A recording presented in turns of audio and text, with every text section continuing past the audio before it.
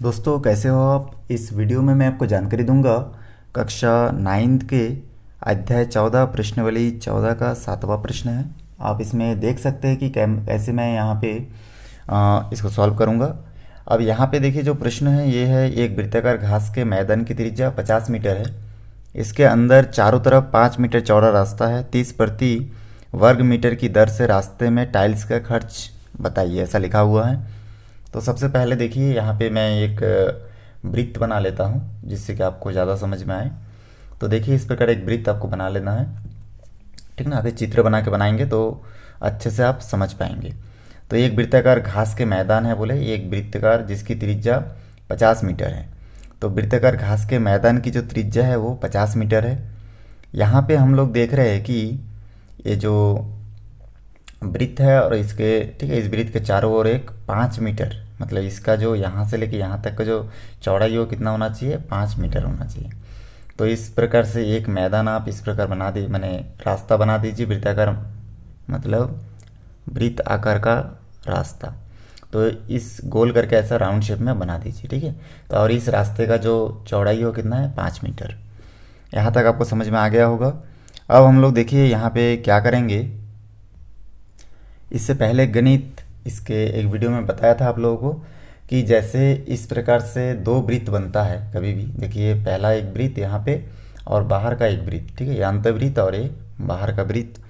तो हम लोग इसको आंतरिक, इसका भी त्रिज्या हमको मानना पड़ेगा। तो सबसे पहले जो बाहरी त्रिज्या है वो हम लोग मान लेते हैं कि यहाँ से यहाँ तक का जो त्रिज्या है वो कितना है, R1 है। और यहाँ से यहाँ तक की जो त्रिज्या है केंद्र से पहले अंदर की जो वृत्त है इसका त्रिज्या जो है R2 है, ऐसा आप लोग मान सकते हैं। तो इसको R1 माने, इसको R2 आप मान के चल सकते हैं, ठीक है। इसको मैं थोड़ा अच्छे से लिख देता हूँ। अब यहाँ पे देखिए R1 और R2 आपको मानना है और यहाँ पे भी आपको लिखना है, माना कि मैदान की बाहरी त्रिज्या R1 है, ठीक है। और अंदर की, तो अंदर को हम लोग आंतरिक बोलते हैं। तो यहाँ पे लिखेंगे तथा, चलिए इसको थोड़ा अच्छे से लिख लेता हूँ।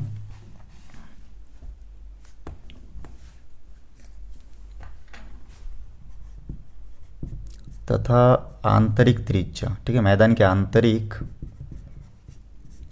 त्रिज्या R2 है, जो हम लोग माने हैं अभी। अभी दो चीज़ आपको मानने के बाद, हम लोग इससे पहले मैथ्स बनाए थे उसमें हम लोग माने थे। देखिए यहाँ पे R1 और R2 है, लेकिन यहाँ से लेके यहाँ तक का जो दूरी है वो कितना है आपका, 5 मीटर है। तो दोनों के बीच का गैप हम लोग को पता करना है। और हम लोग ये भी जानते हैं कि इसमें जो मैदान है, ठीक है, जो मैदान है इस मैदान के यहाँ से लेके यहाँ तक का त्रिज्या कितना है, 50 है। मतलब R2 का मान कितना है, 50 है। सॉरी, यहाँ पे जो R यहाँ से लेके मैदान के अंदर बोले ना, तो इस मैदान के अंदर जितना भी है, मतलब यहाँ से यहाँ तक का जो टोटल डिस्टेंस है वो आपका 50 मीटर है। और यहाँ से लेके यहाँ तक 5 है चारों तरफ, ठीक है, इधर 5 इधर 5 ऐसे करके। तो हम लोग यहाँ पे जो है उसके अनुसार लिखेंगे R1 = 50 मीटर। अब R1 का मान 50 मीटर है, R2 का मान हमको पता नहीं है, ठीक ना। तो R2 का मान पता करने के लिए हम लोग क्या करेंगे, इसको हम लोग इस प्रकार लिख सकते हैं, R1 - R2 बराबर कितना है, 5। ऐसा क्यों लिखा मैं, क्योंकि पहला का जो त्रिज्या है और दूसरा का त्रिज्या, इन दोनों त्रिज्या का जो बीच का अंतर है वो कितना है, 5 मीटर है। तो इसलिए 5 मीटर बराबर में, और R2 का मान ज्ञात करने के लिए आप यहाँ पे लिख सकते हो कि R2 बराबर, यहाँ से R1 इधर जाएगा तो हो जाएगा 5 - R1, ऐसा आप लिख सकते हैं। यहाँ पे माइनस था, इस माइनस को इधर पक्षांतर कर देंगे तो ये हो जाएगा, इधर जाके गुना हो जाएगा तो हो जाएगा -5 + R1। तो ये होगा R2 का मान। अब R2 का जो मान है वो संख्यात्मक मान हमको प्राप्त नहीं हुआ। संख्यात्मक मान प्राप्त करने के लिए हम लोग इसको क्या कर सकते हैं, तो आगे आप लोग देखते जाइए। अब यहाँ पे हम लोग R1 का मान 50 हम लोग जानते हैं, तो R1 की जगह पे बिठाएंगे तो R2 बराबर हो जाएगा -5 प्लस 50, माइनस प्लस में माइनस होगा, 50 में 5 माइनस होगा, तो इस प्रकार से 45 बचेगा। तो R2 का वैल्यू भी हमको प्राप्त हो गया है। R1 का वैल्यू भी पहले से बुक में दिया है, क्योंकि हम लोग केंद्र से आखिरी वृत्त की त्रिज्या को क्या माने, R1 माने, और अंदर जो वृत्त बन रहा है इसको हम लोग R2 माने। और ये जो रोड है, इस रोड की जो चौड़ाई है वो कितना है, सभी जगह 5 करके है, ठीक ना, 5 मीटर है। तो इस प्रकार से हम लोग इसको ज्ञात कर लिए। अब उसके बाद हम लोग अब देखेंगे कि इसमें रास्ते का क्षेत्रफल हमको ज्ञात करने के लिए कहा गया है। तो रास्ते का क्षेत्रफल और 30 रुपये प्रति वर्ग मीटर की दर से टाइल्स का खर्चा भी हमको निकाल के बताना है। तो इसके लिए मैं यहाँ पे क्या करूँगा, सबसे पहले लकीर खींच लेता हूँ। अब देखिए यहाँ से मैं सॉल्व करूँगा और हम लोग लिख सकते हैं रास्ते का क्षेत्रफल।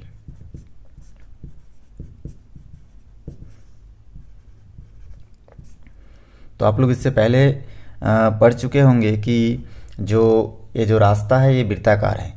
तो जब वृत्ताकार मार्ग का क्षेत्रफल का सूत्र होता है छोटे वृत्त का क्षेत्रफल और बड़े वृत्त का क्षेत्रफल, इन दोनों को आपस में घटाते हैं। तो उसी प्रकार से हम लोग रास्ते के क्षेत्रफल में भी यहाँ पे लिख सकते हैं बाहरी भाग का क्षेत्रफल, ठीक है, मैदान के बाहरी भाग मतलब इस बड़े वृत्त का क्षेत्रफल और इस छोटे वृत्त का क्षेत्रफल। तो वृत्त का क्षेत्रफल होता है पाई आर स्क्वायर। तो R1 के लिए लिखेंगे तो पाई R1 का स्क्वायर, और R2 के लिए लिखेंगे तो पाई R2 का स्क्वायर। तो कैसे लिखेंगे, देखिए रास्ते का क्षेत्रफल, तो सबसे पहले बाहर वाले वृत्त का क्षेत्रफल लिखेंगे तो ऐसा लिख सकते हैं पाई R1 का स्क्वायर, क्योंकि बाहरी जो वृत्त है इस वृत्त का हम लोग त्रिज्या क्या माने, R1 माने, तो इसलिए पाई R1 स्क्वायर, माइनस अंदर का जो वृत्त है इसको यहाँ से इस केंद्र से यहाँ तक का जो हम लोग त्रिज्या माने थे R2 माने हैं, तो इसलिए पाई R2 का स्क्वायर। ये 1 और 2 के लिए शो कर रहा है कि ये कौन से वृत्त का त्रिज्या है। उसके बाद यहाँ पे दोनों में से हम लोग अगर पाई को बाहर कॉमन ले लेंगे तो यहाँ पे R1 का स्क्वायर माइनस R2 का स्क्वायर बचेगा, ठीक है। इस R को आप चाहे तो थोड़ा अच्छे से लिख सकते हैं इस प्रकार से।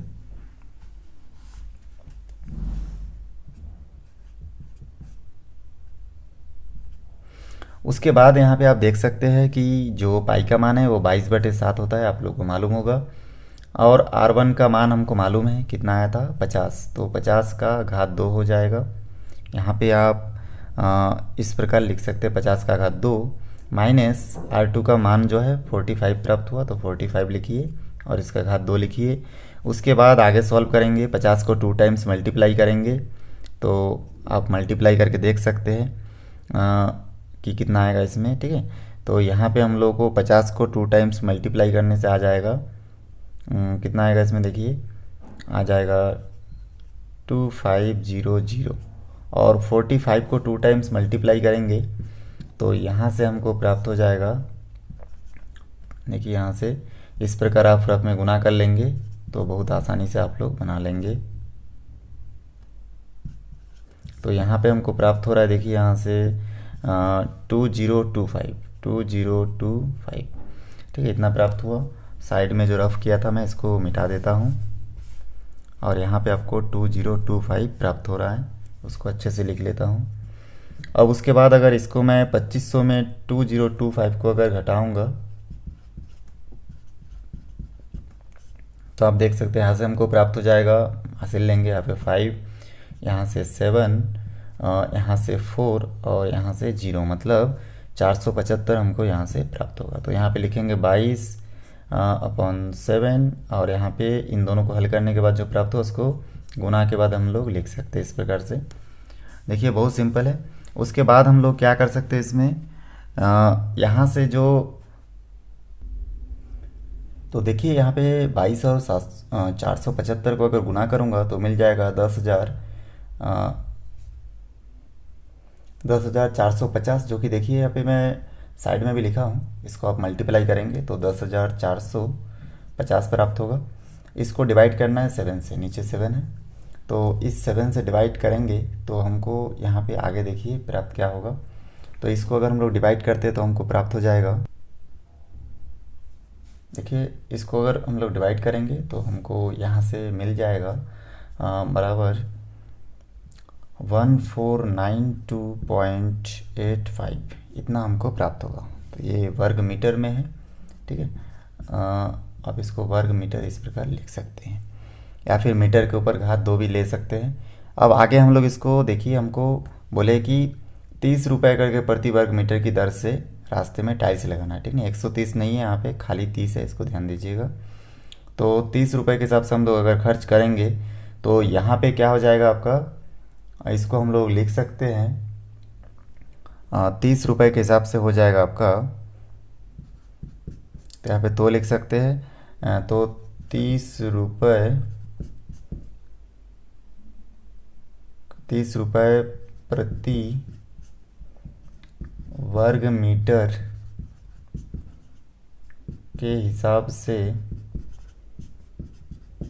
ठीक है। यहाँ पे क्या कीजिए, ये जो 1492.85 है इसको मल्टीप्लाई कर दीजिए 30 से, और आपका जो आंसर आएगा वो देखिए, वो आएगा आपका 44, इसको मल्टीप्लाई करेंगे तो 44785.50। तो ये हमारा फाइनली आंसर होगा। इसको आप एक बार ट्राई करेंगे, बहुत आसान है, बन जाएगा, ठीक है। तो इस प्रकार हमारा जो मैथ्स है ये सॉल्व होता है।